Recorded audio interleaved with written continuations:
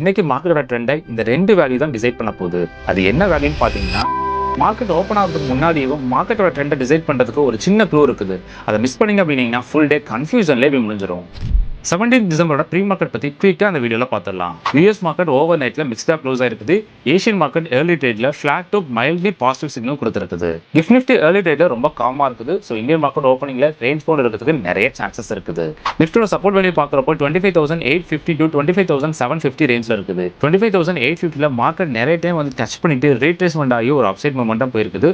So இன்னைக்கும் இந்த லெவலில் மறக்காமல் இப்போவே நோட் பண்ணி வச்சுக்கோங்க. ரெசிஸ்டன்ஸ் ஜோன் வேல்யூ பார்க்குறப்போ 25,930 to 26,030 ரேஞ்சில் இருக்குது. சப்போஸ் இந்த லெவலில் அவுட் பிரேக் பண்ணுச்சு அப்படின்னா ஒரு குயிக்கான அப்சைட் மொமெண்டம் போகிறதுக்கு நிறைய சான்சஸ் இருக்குது. நம்ம ஃபர்ஸ்டே சொல்லியிருந்த மாதிரி தான் இன்னைக்கு மார்க்கெட்டோட ட்ரெண்டை இந்த 2 வேல்யூ தான் டிசைட் பண்ண போகுது.